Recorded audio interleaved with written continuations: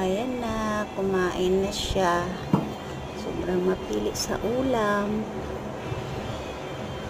Hindi yan nakain talaga pag hindi siya pinipilit. Kailangan siya pilitin kumain para kumain siya. Mataba lang siya tingnan pero hindi siya palakain.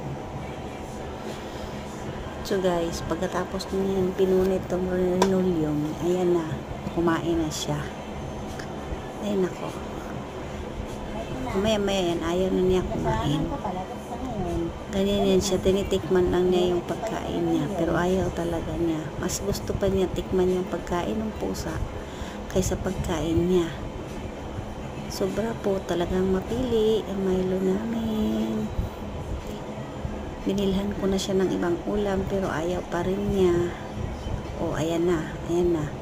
Ayaw na yan, ayaw na yan. Gusto na itapon yan. Napipilitan na yan.